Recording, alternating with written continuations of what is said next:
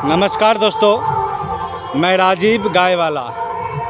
शाम का लगभग 5:56 हो रहा है अभी, और सभी गाय को मिल्किंग कर चुका हूँ। आज एक्चुअली मिल्किंग मैं जल्दी किया था, और ये मक्का का जो होता है ठठेरा वही काट करके दिया हूँ गाय को भोजन में। ये थोड़ा थोड़ा करके डालता हूँ इसलिए क्योंकि वो जो नीचे का जो गुल्ला बच जाता है वो खाना नहीं चाहती है, इसके लिए थोड़ा थोड़ा कर दूँगा। पेट में भूख भी बना रहेगा और थोड़ा थोड़ा वो खाते रहेगी, क्योंकि इसका अंदर का जो होता है ना, एक्चुअली मक्का जो होता है उसके अंदर रस होता है, ठीक है। और जब उसमें इस तरह का जो है, देखिए इस तरह का सूख गया तो अंदर का खोखला हो जाता है, और खोखला होने के बाद जो है वो कुछ काम का नहीं रहता है। इसके लिए एक्चुअली खिलाना तो नहीं चाहिए, लेकिन हरा चारा का प्रॉब्लम था, इसके कारण जो है मैं खिला रहा था इसको। मैं खिला रहा हूँ आज से, थोड़ा 2-3 दिन चलेगा, इसको काट के पूरा जो है ना खिला ही दूंगा, क्योंकि रख के कुछ मतलब नहीं, क्योंकि रखने से क्या होता है फिर इधर उधर उड़ेगा और दिक्कत होगा। और हमारे यहाँ पे खास करके एक्चुअली महाराष्ट्र में तो मैं देखा हूँ यही सब खिलाते हैं गाय भैंस को, मगर क्या है, और पंजाब हरियाणा में नहीं खिलाया जाता है। बहुत ही कम कोई गाय भैंस खा लिया तो खा लिया, नहीं तो खास करके ये खिलाया नहीं जाता है। वहाँ पर मैं आपको इसका जो है, जो मक्का तैयार मतलब होने लायक रहता है, थोड़ा थोड़ा सा दूध आते रहता है उसके अंदर, भुट्टे के अंदर, उस समय इसको क्या करते हैं, इसको सलेज बनाते हैं, यानी पूरा कुतर करके उसको, और अच्छे से जो है ना पूरा चप करके और उसको सलेज बनाते हैं। इस तरह का मक्का, जिसमें मक्का हो गया उसका जो हम लोग ठठेरा बोलते हैं, वो उसको नहीं खिलाना चाहिए, जो बेस्ट होता है। वो खिलाने से उसमें तो एक्चुअली दूध भी कम होगा ये खिलाने से, मगर क्या है, मेरे पास अभी थोड़ा भूसा नहीं लेकर के आया हूँ। यही जगह काटूंगा और इसी जगह पे जो है ना भूसा गिराऊंगा, क्योंकि रखने का जगह जो है मैं सोच रहा हूँ इधर जब घर बनाऊँ तो उसमें रखूँ, और फिर उधर लेके जाऊँ, फिर इधर लेके आऊँ। इसके लिए मैं इसी जगह पे गिरा करके छोड़ दूँगा, यहाँ पे जमा करके रखा रहेगा। उस वक्त जो है जब इधर बन जाएगा, 10-20 दिन लगेगा, बन जाएगा। बनने के बाद जो है ना फिर यहाँ से उठा करके इस घर के अंदर ही एक ही बार डाल दूँगा, क्योंकि बार बार जो है ना इधर से उधर करना कुछ मतलब नहीं है। तो अभी थोड़ा थोड़ा करके भूसा लेकर के आऊँगा, 2 दिन 4 दिन ऐसे चलते रहेगा। और हमारा ये गाय को देख लीजिए इधर। आज इसको सुबह में मेरा भांजा जब मिल्किंग किया था, एक्चुअली मैं दूसरी जगह चला गया था सुबह में, तो भांजा मिल्किंग किया, उससे सिर्फ 250 ग्राम दूध निकला था इस गाय के अंदर से। मैं तो लगभग 1.25 किलो के लगभग दूध में लगभग 10 बजे का टाइम में इसका दूध निकाला था। एक्चुअली पेट ख़राब था इसका 2 दिन से, इसके कारण जो है दूध कम हो गया। और पेट खराब होने का 2 कारण हो सकता है। शाम के टाइम में मैं इसको सिर्फ दाल दे रहा हूँ। अभी शाम के टाइम में चोकर कभी कभी देता हूँ, नहीं तो नहीं देता। शाम के टाइम में सिर्फ दाल और जो भूसा है वही देता हूँ, 2 चीज़ देता हूँ। इस कारण भी हो सकता है। और भूसा भी नया वाला है, थोड़ा टाइट है, अभी कड़क है भूसा, इसके लिए कड़क भूसा है, तो इसको हो सकता है कि, और पहले का जो भूसा था वो पूरा नरम था और ये पूरा कड़क है, क्योंकि अभी अभी निकला है, मान लीजिए, तो कड़क ही रहेगा। और धूप इतना ज़्यादा है कि कोई भी चीज़ मान लीजिए 2 दिन से 3 दिन के अंदर जो है, ऐसे ये हरा पत्ता है, इसको काट के छोड़ देंगे सुबह में, शाम में आपको देखने को मिलेगा एकदम जो है सूख के टाइट हो जाता है। इस कारण से अभी नया है, थोड़ा दिन रहेगा, फिर वो नरम हो जाता है ऑटोमेटिक, और नरम हो जाएगा तो फिर खिलाने में कुछ प्रॉब्लम नहीं है। तो मक्के का खास करके जो है ना, ये बूटा जो होता है, जो इसमें मक्का आप निकाल लेते हैं, ये खास करके मत खिलाइए गाय को।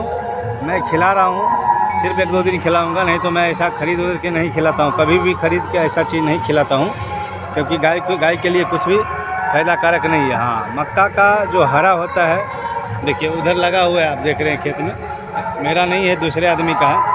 इस तरह का मक्का अगर गाय खाएगी तो इसको दूध पर्याप्त मात्रा में होगा। और एक्चुअली अभी तो सुपर नेपियर आ गया, जॉइंट किंग ग्रास आ गया, बहुत सारा आ गया।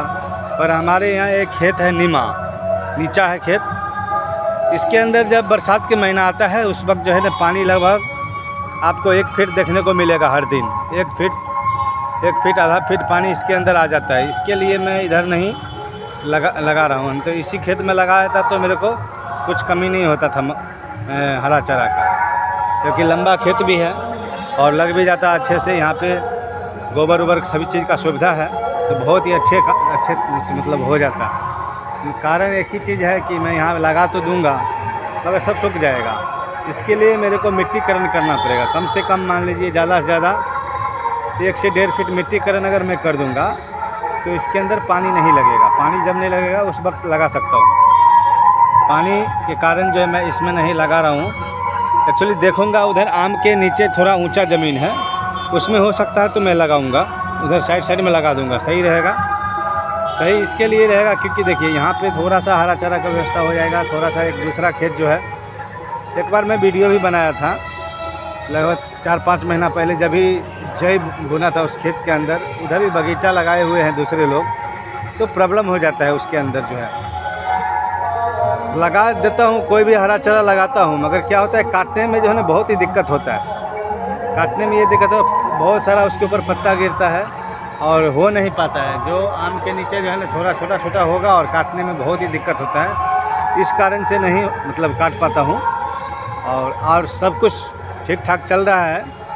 मिल्क में कमी ज़रूर आया है, लेकिन मिल्क में कमी क्यों आया है मैं पकड़ लिया हूँ, आप लोगों को बता रहा हूँ, आज शेयर कर रहा हूँ मैं किसके लिए कमी आया। मिल्क में इसके लिए कमी आया कि मैं सिर्फ सूखा खिला कर जो है ना इतना दिन से रख रहा हूँ। और फीड इसके लिए ज़रूरत जितना है उतना इसको प्रोवाइड नहीं करा रहा हूँ। जितना मान लीजिए आदमी हो या जानवर हो, कोई भी हो, जितना आपको भोजन अगर नहीं मिलेगा तो शरीर भी कमज़ोर हो जाएगा, फिर आप काम भी नहीं कर पाएंगे।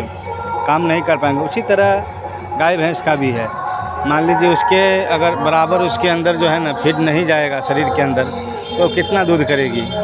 इस कारण से मैं सब कुछ दे रहा हूँ, लेकिन दे रहा हूँ देने के कारण वह नहीं है, मतलब दे रहा हूँ फिर भी दूध कम रहा है। इसका मतलब है कि सूखा खा करके पूरा सूख गई गाय, और दाल दे रहा हूँ तो उसको जो है शरीर के लिए सिर्फ हो पा रहा है। इस कारण से जो है ना मिल्क में बहुत ही ज़्यादा कमी आ गया है। अभी मान लीजिए दोनों टाइम का, कल तो मैं आपको बताया था इसको 3 किलो लगभग, शाम के टाइम में 3 किलो और सुबह के टाइम में वही 3.5 साढ़े 3 किलो, इतना ही दूध हो रहा है, यानी 6.5 किलो दूध हो रहा है बड़ी वाली गाय को।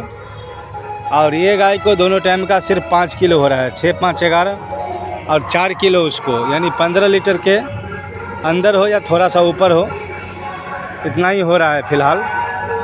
दूध होगा, इसके लिए मुझे कोई टेंशन नहीं है, दूध होगा, क्योंकि मैं भी सोचता हूँ ऐसा और आप भी सोचिए कि मान लीजिए अगर बराबर फीड नहीं पड़ेगा, 15 किलो हो रहा है, तो इसका मतलब मैं 15 किलो इसको फीड नहीं दे पा रहा हूँ। अगर 15 किलो फीड दूँगा दोनों टाइम का, तो इसको ऑटोमेटिक जो है ना 25 से 25 लीटर दूध, फिर से 22 से 25 लीटर दूध पे आ जाएगी। ये सब होते रहता है, क्योंकि आप जैसे कम करते हैं उसको फीड, शाम के टाइम में 3.5 किलो दाल, यानी तीनों गाय खाती है, और सुबह के टाइम में 4 किलो लगभग मान लीजिए वो चोकर होता है, 4 किलो हो या 5 किलो हो, मतलब उतना ही, तो 8 किलो पकड़ ले। 8 किलो फीड में 15 किलो दूध होता है, तो सही है।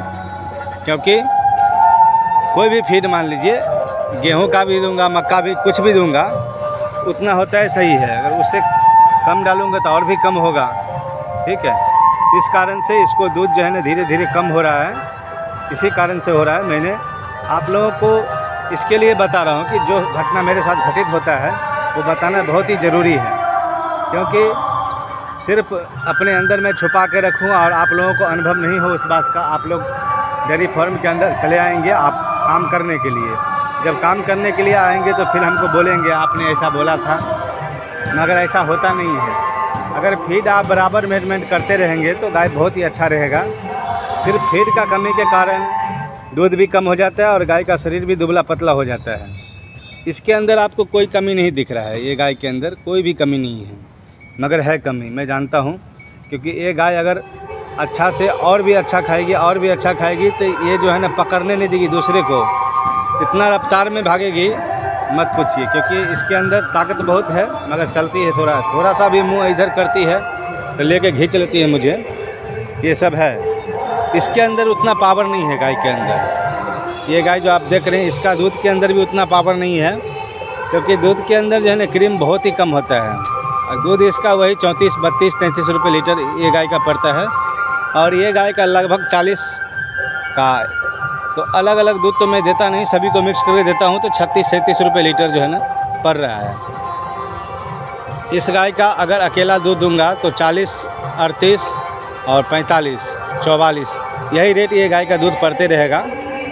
और ये जो है इसका शरीर ऐसा रहेगा, मगर दूध का जो है ना फैट बराबर रहता है, क्योंकि एक्चुअली ये जर्सी गाय है।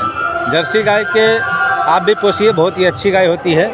जो जर्सी नस्ल की गाय होती है भारत में सबसे, मैं समझता हूँ, टॉप नस्ल है। बीमार भी आपको कम पड़ेगी गाय। मेंटेनेंस में रखिए, थोड़ा कम भी मेंटेनेंस होता है फिर भी चलता है। धूप भी सहन करती है, मतलब सारा कुछ इसके अंदर खूबी ही खूबी है। दूध में आपको कभी नहीं आने देगी। ये सब बहुत सारे गुण छुपा हुआ होता है ऐसे गाय के अंदर। इसके लिए इस नस्ल का गाय अगर आप लोगों को मिले तो आप लोग अच्छे से पालिए। इसको क्या है, अगर फीड अगर थोड़ा सा भी कम होगा तो दूध ऑटोमेटिक कम होगा। थोड़ा सा आप ज़्यादा खिला देंगे तो दूध ऑटोमेटिक ज़्यादा हो जाता है। इस नस्ल की गाय के लिए बहुत ही रिक्वायरमेंट आता है और बहुत सारे लोग ऐसे गाय ढूंढने के लिए आते हैं। हमारे पास भी आते हैं कि इतना छोटा सा गाय है ये, और उनको ये समझ नहीं होता है कि ये कौन से नस्ल की गाय है। फिर बोलते हैं मेरे को ऐसा ही चाहिए, छोटा चाहिए, ऐसा चाहिए।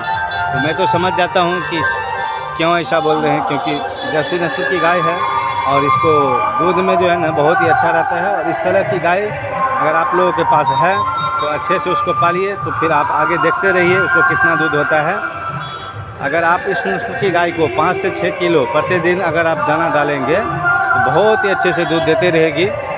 आज का टॉपिक में बस इतना ही था कि गाय को किस तरह से फीड के अंदर जो है ना कंप्लीट करके रखिए। आप लोग देखते रहिए, लाइक करिए, सब्सक्राइब करिए। जो अभी तक नहीं किए हैं वही कर लीजिए। थैंक यू, बहुत बहुत धन्यवाद। मैं राजीव गाय वाला। परिया अभी चल रही है, मैं एक्चुअली परिया को मैं दिखलाया नहीं था, दिखलाऊंगा शॉर्ट वीडियो में। थैंक यू, बहुत बहुत धन्यवाद।